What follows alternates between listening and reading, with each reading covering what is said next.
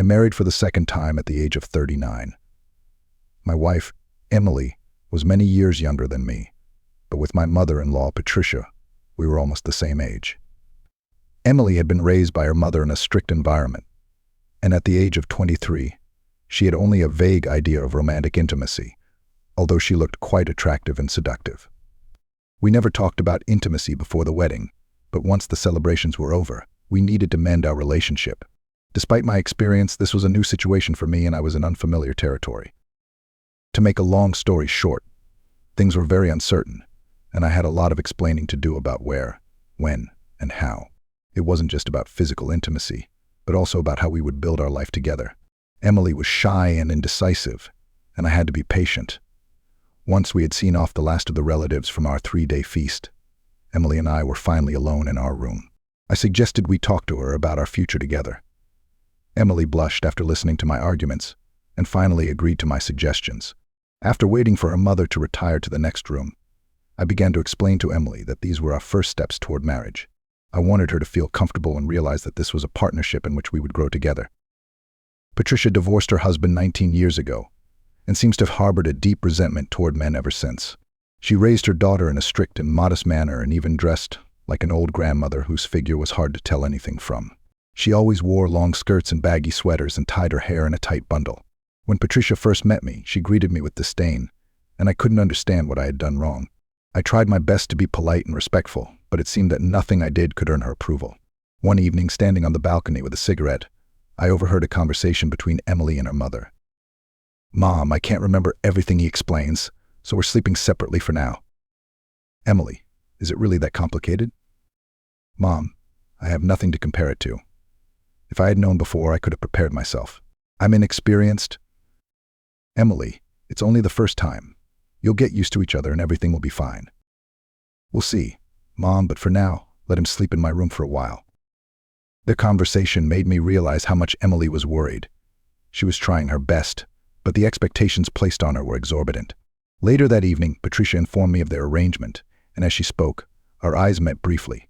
She smiled, though it was difficult to understand her expression.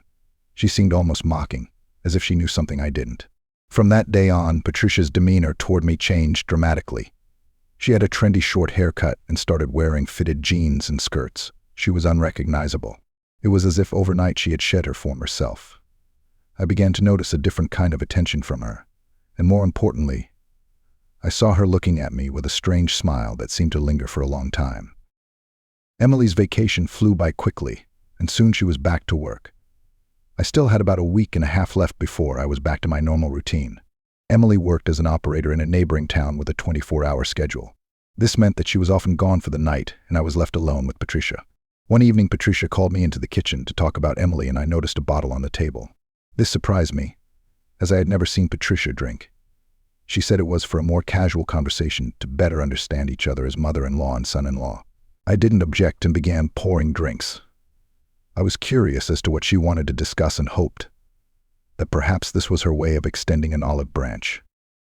Our conversation was unexpectedly casual and touched on deeper topics about life, relationships, and my role in her daughter's life. Patricia talked about her experiences, her failed marriage, and how she tried to shield Emily from the pain she was going through.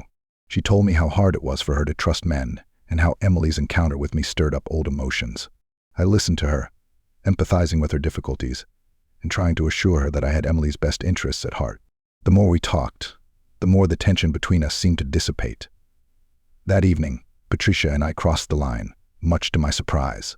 I hadn't planned or expected it, but in that moment it felt like we both needed it.